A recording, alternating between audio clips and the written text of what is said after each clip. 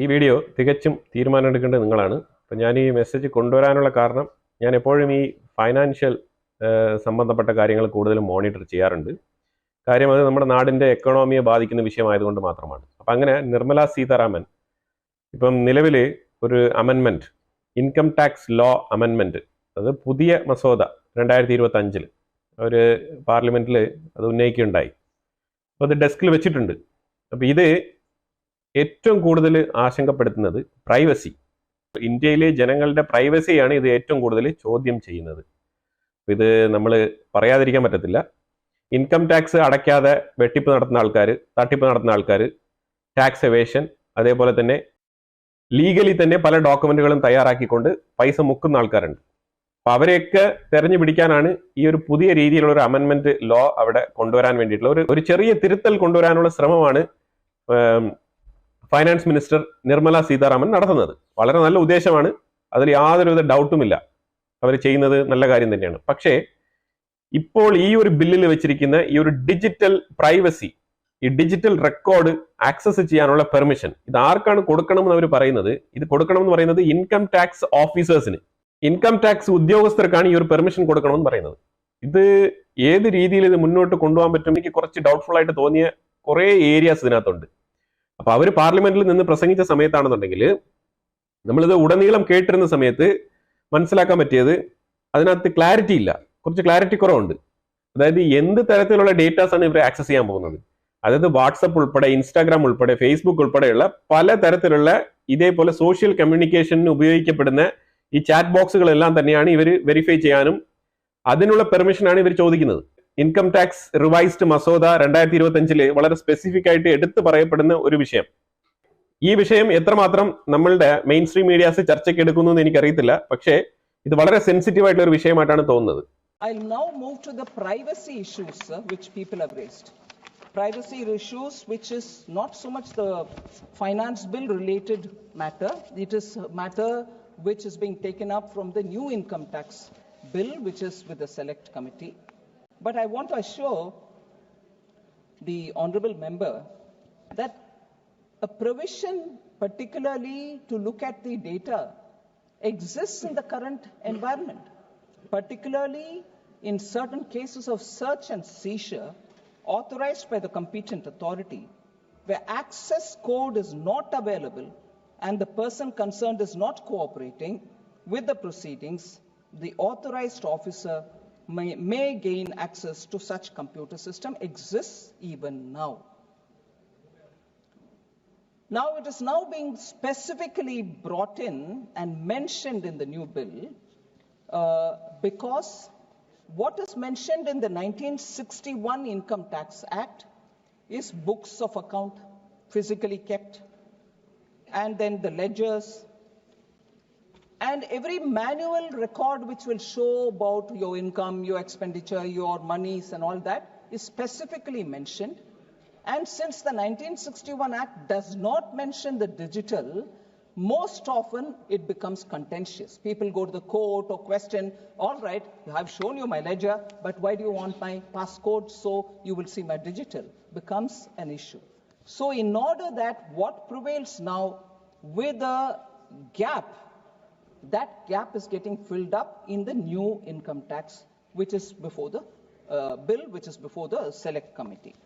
So in this, I will take a minute to explain as to why that digital thing will have to be brought in.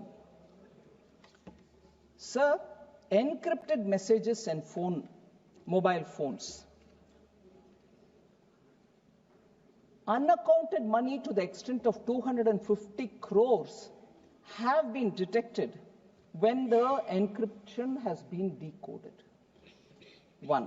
Second, evidences which have been seized from WhatsApp messages, particularly crypto assets worth more than 90 crores, and the network of people involved in it have all come out of WhatsApp messages.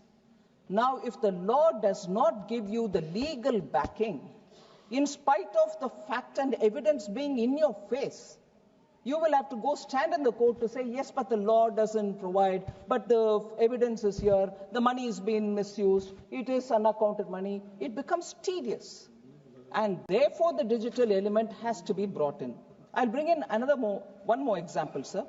WhatsApp communications and incriminating materials found from such conversations helped to unearth the syndicate and identify the end beneficiaries of bogus bills worth 200 crores.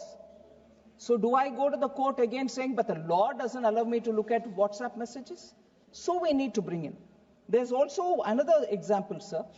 Capital gains of 150 crore on sale of land was reduced to 2 crores by creating false documents of land cost of acquisition, and also using all payments in banks statements as claims of investments and improved expenditure. So the WhatsApp group of key persons include many professionals also, unfortunately. So we had to contemplate on how to be lawfully on the side of law to say that these are evidences which are incriminating in themselves. Therefore, it has been brought in. I can also give one more, which is evidences have been found with the help of Google Map History. So in the case of Google Map History, sir, found on the phone was used to determine the frequented locations of individuals who enabled location history. This enabled detection of hideouts where cash and unaccounted transactions are kept, and that also came of help.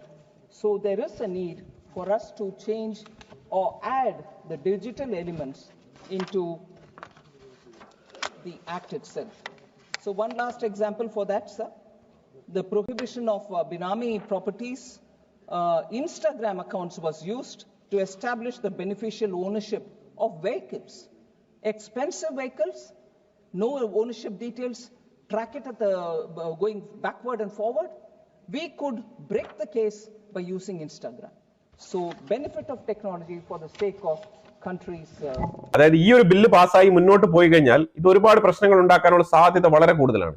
ഇതിനകത്ത് വളരെ specific ആയിട്ട് പറയപ്പെടാത്ത 2-3 വിഷയങ്ങൾ. ഇത് പറയപ്പെടാത്ത 2-3 വിഷയങ്ങൾ എന്ന് പറഞ്ഞാൽ ഇതിൽ എല്ലാ ഇന്ത്യൻസും ഇതിൽ കവേർഡ് ആയിട്ട് വരുമോ, അതായത് എല്ലാ ഇന്ത്യൻസിന്റെയും ഈ ഒരു പ്രൈവസി ഡേറ്റാസ് ചെക്ക് ചെയ്യാനുള്ള പെർമിഷൻ ഇവർക്ക് കിട്ടുമോ, അല്ലെങ്കിൽ ഇൻകം ടാക്സ് എൻട്രി ഉള്ള ആൾക്കാർക്ക് മാത്രം. ഇൻകം ടാക്സ് അടയ്ക്കുന്നത് ഇപ്പൊ നമ്മുടെ നാട്ടില് പെർസെന്റേജ് വൈസ് നോക്കിക്കഴിഞ്ഞാൽ തന്നെ കുറച്ച് ആൾക്കാരായിരിക്കും ഏറ്റവും കൂടുതൽ ഇൻകം ടാക്സിന്റെ പട്ടികയിൽ വരുന്നത്. കാരണം ഇപ്പൊ ഇതില് നിർമ്മലാ സീതാരാമൻ സംസാരിച്ച സമയത്ത് പറഞ്ഞത് അവർ ഏതാണ്ട് 200 കോടിയോളം ഇതേപോലെ അനധികൃതമായിട്ട് ഫണ്ട് ട്രാൻസാക്ഷൻസ് നടക്കുന്നുണ്ട് എന്നുള്ളതാണ് അവർ എടുത്തു പറഞ്ഞത്. പാർലമെന്റിൽ അവർ വളരെ വ്യക്തമായിട്ട് തന്നെ ഈ ഒരു വിഷയം പറഞ്ഞത്. ഈ പരീക്ഷണാടിസ്ഥാനത്തിൽ അവർ കുറെ വാട്സപ്പ് ഡേറ്റകൾ ഉൾപ്പെടെ ഇൻസ്റ്റാഗ്രാം ബിനാമി ഉൾപ്പെടെയുള്ള ആൾക്കാരുടെ പേരിലുള്ള സ്വത്തുക്കൾ ഇതെല്ലാം തന്നെ അവർ ചെക്ക് ചെയ്ത സമയത്ത്, ഇങ്ങനെ WhatsApp data chat box check ചെയ്ത സമയത്ത് അവർക്ക് കണ്ടെത്താൻ കഴിഞ്ഞു എന്നാണ് അവർ അവകാശപ്പെടുന്നത്. ഒരു പ്രീ ട്രയൽ നടത്തി എന്നാണ് മനസ്സിലാക്കാൻ പറ്റുന്നത്. പക്ഷെ അതിൽ എത്രമാത്രം ഡീറ്റെയിൽ ആയിട്ട് പോയി എന്നുള്ളത് കഴിഞ്ഞാൽ, അതായത് ഈ ഒരു മെയിൻ സ്ട്രീം കമ്പനികൾ, കാരണം ഈ ഒരു വാട്സ്ആപ്പ് ആയിക്കോട്ടെ, ഇൻസ്റ്റാഗ്രാം ആയിക്കോട്ടെ, ഫേസ്ബുക്ക് ആയിക്കോട്ടെ, ഇതേപോലത്തെ പല ചാറ്റ് ബോക്സുകളുടെയും കമ്പനികളെല്ലാം തന്നെ ഫോറിൻ കമ്പനികളാണ്. ഇനി ഈ കമ്പനികളെല്ലാം ഇതിന് സമ്മതിക്കുമോ എന്നുള്ളത് ഒരു വലിയ ചോദ്യചിഹ്നമാണ്. കാരണം അങ്ങനെ എൻക്രിപ്റ്റഡ് ആയിട്ടുള്ള ഡേറ്റ അങ്ങനെ കൊടുക്കാൻ പല കമ്പനികളും വിസമ്മതിക്കും. 100% അവർ കൊടുക്കാൻ സാധ്യതയില്ല എന്നുള്ളതാണ് നമ്മൾ മനസ്സിലാക്കേണ്ടത്. രണ്ടാമത്തെ വിഷയം, അങ്ങനത്തെ ചാറ്റ് ബോക്സുകൾ ഇവർക്ക് പരിശോധിക്കാനുള്ള പെർമിഷൻ കൊടുത്തു കഴിഞ്ഞാൽ ഈ ഗവൺമെന്റ് എന്തെല്ലാം കാര്യങ്ങളാണ് മോണിറ്റർ ചെയ്യാൻ പോകുന്നത്. അങ്ങനെ മോണിറ്റർ ചെയ്യുമ്പോഴത്തേക്കും ഇവര് ഈ ഇൻകം ടാക്സ് ഉദ്യോഗസ്ഥരായിട്ടുള്ള ആൾക്കാർക്ക് ഈ ചാറ്റ് ബോക്സിലുള്ള കംപ്ലീറ്റ് ഫ്രീഡം കിട്ടിക്കഴിഞ്ഞാൽ ഇതിൽ എന്തെല്ലാം പ്രൈവസികളാണ് പുറത്തു വരാൻ പോകുന്നത്, ആരുടെയൊക്കെ പ്രൈവസികളാണ് പുറത്തു വരാൻ പോകുന്നത്. പിന്നെ രാഷ്ട്രീയപരമായിട്ടുള്ള പകപോക്കലിന് വേണ്ടിയിട്ട് ഇത് ഉപയോഗിക്കത്തില്ല എന്ന് എന്താണ് ഉറപ്പ്? അപ്പൊ ഇങ്ങനെയൊക്കെയുള്ള പല വിഷയങ്ങൾ ഇതിനകത്ത് വരുന്നുണ്ട്. അപ്പൊ ഇവിടെയൊക്കെയാണ് ക്ലാരിറ്റി വേണ്ടെന്ന് പറയുന്നത്. ഇവിടെയൊക്കെ ക്ലാരിറ്റി വേണം. നിർമ്മലാ സീതാരാമൻ വളരെ ഗ്രേറ്റ് ആയിട്ടുള്ള ഒരു ഐഡിയ തന്നെയാണ് പങ്കുവച്ചത്, അതിൽ യാതൊരു ഡൗട്ടുമില്ല. പക്ഷേ ഈ ഡിജിറ്റൽ ഡേറ്റ പ്രൈവസി ഇതിനെ ബ്രേക്ക് ചെയ്തുകൊണ്ട് വേണോ ഈ ഒരു വിഷയത്തിലേക്ക് പോകാൻ? ഇത് ഈ ഒരു ഇൻകം ടാക്സിന്റെ പ്രശ്നം പരിഹരിക്കാൻ വേണ്ടിയിട്ട് വേറെ മറ്റു മാർഗങ്ങൾ തേടിക്കൂടെ? ഇത്രയും എഫിഷ്യന്റ് ആയിട്ടുള്ള ഡിജിറ്റൽ ലോകം തന്നെയാണ്, നമ്മളിത് ഇല്ല എന്ന് പറയുന്നില്ല. പക്ഷേ ഈ ഡിജിറ്റൽ ഡേറ്റാസ് ഇങ്ങനെ ഓപ്പൺ ആയിട്ട് തന്നെ ചോർത്തിയെടുക്കേണ്ടതിന്റെ ആവശ്യം എന്താണ്? ഇത് പൊളിറ്റിക്കലി ഇലക്ഷനെ അട്ടിമറിക്കാൻ സാധ്യതയുണ്ട്. ആർക്ക് വോട്ടിടും, ഈ രീതിയിലുള്ള പല പ്രശ്നങ്ങൾ ഇതിനകത്ത് വരാനുള്ള സാധ്യതയുണ്ട്. ഇത് പൊളിറ്റിക്കലി ഭയങ്കരമായിട്ടുള്ള പ്രശ്നം ഉണ്ടാക്കാൻ സാധ്യതയുള്ള ഒരു വിഷയമാണ് നിർമ്മലാ സീതാരാമൻ എടുത്തു വെച്ചിരിക്കുന്നത് എന്നാണ് നമുക്ക് ഒറ്റ നോട്ടത്തിൽ മനസ്സിലാക്കാൻ പറ്റുന്നത്. കാരണം ഇതിനെ എതിർത്തുകൊണ്ട് നിരുപാധികം പൊളിറ്റിക്കൽ പാർട്ടീസ് ഇറങ്ങും, അതിൽ യാതൊരു മാറ്റമില്ല. കാര്യം ഈ വിഷയം അങ്ങനെയാണ്. കാരണം ഇവിടെ ആധാർ കാർഡിന് തന്നെ രേഖകൾ എത്രമാത്രം സുരക്ഷിതമാണെന്നുള്ള ചോദ്യം നിലനിൽക്കുന്ന അവസ്ഥയിലാണ് ഇവര് ചാറ്റ് ബോക്സിലേക്ക് കടന്നു കയറണം എന്നുള്ള ഈ ഒരു ഗവൺമെന്റിന്റെ ഈ ഒരു ബില്ല് പാർലമെന്റിൽ കൊണ്ടുവച്ചിരിക്കുന്നത്. ഈ വിഷയത്തിന്റെ സീരിയസ്നെസ് എനിക്ക് മനസ്സിലായത് കൊണ്ടാണ് ഞാൻ ഇത് എടുത്ത് പറയുന്നത്. കാരണം ഇത് ഇനി വരും ദിവസങ്ങളിൽ ഇന്ത്യക്കുള്ളിൽ ചർച്ചയാവാൻ പോകുന്ന ഒരു വിഷയമായി തീരാനുള്ള സാധ്യത വളരെ കൂടുതലാണ്. അവരുടെ കണ്ടെത്തലിൽ ഇതേപോലെ കള്ളപ്പണങ്ങളൊക്കെ സൂക്ഷിക്കുന്ന ആൾക്കാർ അവരുടെ വീടുകളിൽ പോലും അത് സൂക്ഷിക്കാറില്ല. അത് വണ്ടികളിൽ വെച്ചിട്ട് വാഹനങ്ങളിൽ വെച്ചിട്ട് പല സ്ഥലങ്ങളിലായിട്ട് ഇവര് സഞ്ചരിക്കുകയാണ്. ആ രീതിയിലാണ് കാര്യങ്ങളൊക്കെ ഇന്ത്യക്കുള്ളിൽ ഇപ്പൊ നടക്കുന്നത്. ഇതൊക്കെ അവർ എടുത്ത് പറയുന്നുണ്ട് പാർലമെന്റിൽ. ഇതിനകത്ത് അടുത്തൊരു വിഷയം അവർ എടുത്ത് പറയുന്നത് ക്രിപ്റ്റോ കറൻസി. ഈ ക്രിപ്റ്റോ കറൻസിയിൽ ആൾക്കാർ നിക്ഷേപിക്കുന്നുണ്ട്. അങ്ങനെ നിക്ഷേപം നടത്തുന്ന ആൾക്കാരെ കുറിച്ചുള്ള ഒരു വിവരവും പുറത്ത് നമുക്ക് അറിയാൻ കഴിയില്ല. കാരണം ഈ ക്രിപ്റ്റോയിൽ വളരെ കോൺഫിഡൻഷ്യൽ ആയിട്ടാണ് കാര്യങ്ങളൊക്കെ നടക്കുന്നത്. അപ്പൊ അതുകൊണ്ട് തന്നെ അത് ഗവൺമെന്റിന് ഒരിക്കലും ട്രേസ് ചെയ്യാൻ പറ്റാത്ത ഒരു അവസ്ഥയിലേക്ക് പോവാണ്. അത് ബ്ലോക്ക് ചെയിൻ മാതൃകയിലാണല്ലോ ആ ഒരു ട്രാൻസാക്ഷൻ ഒക്കെ നടക്കുന്നത്. അപ്പൊ അതുകൊണ്ട് വളരെ കോൺഫിഡൻഷ്യൽ ആണ് ഈ വിഷയങ്ങളൊക്കെ. അതായത് നമ്മുടെ നാട്ടിൽ നിന്ന് തന്നെ പൈസ ഉണ്ടാക്കി അത് ക്രിപ്റ്റോയിൽ ഇൻവെസ്റ്റ് ചെയ്തിട്ട് മറ്റുള്ള രാജ്യങ്ങൾ അതിന്റെ ബെനിഫിറ്റ് കൊണ്ടുപോകുന്ന ഒരു അവസ്ഥയാണുള്ളത്. പല തരത്തിൽ ഇന്ത്യക്കുള്ളിൽ ടാക്സ് വെട്ടിപ്പ് നടക്കുന്നുണ്ട്. ആദ്യം ഞാൻ പറഞ്ഞു വരുന്നത് എത്ര ബിസിനസ്മാൻ, അതായത് എത്ര കോർപ്പറേറ്റ് കമ്പനികൾക്ക്, അദാനി ഉൾപ്പെടെ അംബാനി ഉൾപ്പെടെ എത്ര കോർപ്പറേറ്റുകൾക്ക് ബിനാമി കമ്പനികൾ അഥവാ ഓഫ്ഷോർ കമ്പനികൾ ഉണ്ടെന്നുള്ളത് കണ്ടെത്തുക ആദ്യം. ഇതുപോലെ വലിയ ഭീമന്മാരായിട്ടുള്ള ആൾക്കാരുടെ ഓഫ്ഷോർ കമ്പനികളാണ് ആദ്യം നമ്മൾ സോർട്ട് ഔട്ട് ചെയ്യേണ്ടത്. എത്ര പേർക്ക് BV കമ്പനി ഉണ്ട്, ബ്രിട്ടീഷ് വെർജിൻ ഐലൻഡിൽ എത്ര പേർക്ക് കമ്പനി ഉണ്ട്, എത്ര പേർക്ക് മൊറീഷ്യസിൽ കമ്പനി ഉണ്ട്. മൊറീഷ്യസിൽ Indian prime minister last visit നടത്തിയിട്ടുണ്ടായിരുന്നു. കൂടുതൽ ട്രാൻസ്പെറൻസി ഉള്ള കരാറുകളൊക്കെ ഒപ്പുവെച്ചിട്ടാണ് വന്നിരിക്കുന്നത്. അപ്പൊ അതില് ഈ മൊറീഷ്യസിൽ ഇന്ത്യയുടെ എത്രമാത്രം കോർപ്പറേറ്റ് ജയന്റുകളുടെ പൈസ മൊറീഷ്യസിനുള്ളിൽ ഉണ്ട് എന്നുള്ളത് വ്യക്തമായിട്ട് പുറത്തു വരേണ്ടതുണ്ട്. ഇതേപോലെ government to government relationship meetings ഒക്കെ നടത്തുന്ന സമയത്ത് ഈ വിഷയങ്ങളൊക്കെ പുറത്ത് കൊണ്ടുവന്നാൽ തന്നെ ഒരുവിധം കള്ളപ്പണങ്ങളൊക്കെ ഇന്ത്യക്കുള്ളിൽ കൊണ്ടുവരാൻ കഴിയും എന്നുള്ളത് 100% ഉറപ്പുള്ള കാര്യമാണ്. സ്വിറ്റ്സർലാൻഡ് എന്തുകൊണ്ടാണ് ഈ ഒരു കള്ളപ്പണമൊക്കെ അവിടെ ഒരിക്കലും ആക്സസ് ചെയ്യാൻ പറ്റാത്ത രീതിയിൽ കോൺഫിഡൻഷ്യൽ ആയിട്ട് അവർ സൂക്ഷിച്ച് മുന്നോട്ട് കൊണ്ടുപോകുന്നത്? കാര്യം ആ രാജ്യത്തിന്റെ ഫിനാൻഷ്യൽ സ്റ്റെബിലിറ്റി അതിലാണുള്ളത്. അപ്പൊ അതുകൊണ്ട് തന്നെ ഈ ഓഫ് ഷോർ കമ്പനികൾ വെച്ചിരിക്കുന്ന ആൾക്കാരെ കണ്ടെത്തി കഴിഞ്ഞാൽ അവരെ തന്നെയാണ് നമ്മൾ ഏറ്റവും കൂടുതൽ ചോദ്യം ചെയ്യേണ്ടത്. ഇൻസ്റ്റെഡ് ഓഫ് ആ രാജ്യത്തിൽ പോയി നമ്മൾ തോണ്ടുന്നതിന് പകരം, കാരണം ആ രാജ്യത്തിനുള്ള മണി ആ രാജ്യത്തിന്റെ ജുഡീഷ്യലിന്റെ അണ്ടറിൽ മറ്റൊരു രാജ്യത്തിലേക്ക് പോയി ഇൻവെസ്റ്റ് ചെയ്യപ്പെട്ട പൈസ ആ രാജ്യത്തിന്റെ ജുഡീഷ്യറി സിസ്റ്റത്തിന്റെ കീഴിൽ വരുന്നതാണ്. അപ്പൊ അതുകൊണ്ട് നമുക്ക് അവിടെ പോയിട്ട് ഇപ്പൊ ഇന്ത്യൻ ജുഡീഷ്യറിയിൽ നിന്നും അവിടെ പോയിട്ട് നമുക്ക് ഒരു കാര്യങ്ങളും ചെയ്യാൻ കഴിയില്ല എന്നുള്ളതാണ്. അൺലെസ് ആ രാജ്യം പെർമിഷൻ തരാത്ത പക്ഷം നമുക്ക് ഒരു രീതിയിലുള്ള കാര്യങ്ങൾ അവിടെ ചെയ്യാൻ പറ്റില്ല. ആക്സസ് ഡിനൈഡ് ആണ്. പക്ഷെ അതേസമയം ഒരു വ്യക്തി ഇന്ത്യൻ സിറ്റിസൺ ആയിട്ട് ഇരുന്നുകൊണ്ട് ഓഫ്ഷോർ കമ്പനി അവിടെ രൂപീകരിക്കുമ്പോൾ നമുക്കത് ചോദ്യം ചെയ്യാൻ പറ്റും. ആ ഇന്ത്യൻ സിറ്റിസനെ പിടിക്കൂ, അയാളെ ചോദ്യം ചെയ്യൂ. ഇപ്പൊ നമ്മൾ ഹിൻഡൻബർഗിന്റെ റിപ്പോർട്ട് വന്നപ്പോഴത്തേക്കും എല്ലാവരും ഹിൻഡൻബർഗിന്റെ റിപ്പോർട്ടിനെ, അതായത് അദാനിക്ക് സപ്പോർട്ട് ചെയ്യുന്ന രീതിയിൽ ഇന്ത്യക്കുള്ളിൽ നല്ല രീതിയിലുള്ള ഒരു ക്യാമ്പയിൻ തന്നെയാണ് നടന്നത്, ഇല്ലാന്നില്ല. പക്ഷെ അതിലൊരു വിഷയം മറ്റുള്ളവർ കാണാതെ പോയൊരു വിഷയമുണ്ട്. ആ വിഷയം എന്ന് പറഞ്ഞാല് അദാനിയുടെ ബന്ധുവായിട്ടുള്ള ആൾക്കാരുടെ കമ്പനിയാണ് മൊറീഷ്യസിൽ നിന്നും അദാനിയുടെ സ്റ്റോക്ക് പർച്ചേസ് ചെയ്തിരിക്കുന്നത്. അതാണല്ലോ ഹിൻഡൻബർഗ് ഉന്നയിച്ച വാദം. അപ്പൊ അതിൽ എത്രമാത്രം സത്യസന്ധതയുണ്ട്, അതിനൊരു ട്രാൻസ്പെറൻസി വേണം. അതാണ് ഇവിടെ വേണ്ടത്. അദാനിയുടെ സ്റ്റോക്ക് അദാനിയുടെ ബന്ധുക്കൾ മൊറീഷ്യസിൽ നിന്നും മേടിക്കാൻ പാടില്ല എന്ന് നിയമമൊന്നുമില്ല, അത് മേടിക്കുകയൊക്കെ ചെയ്യാം.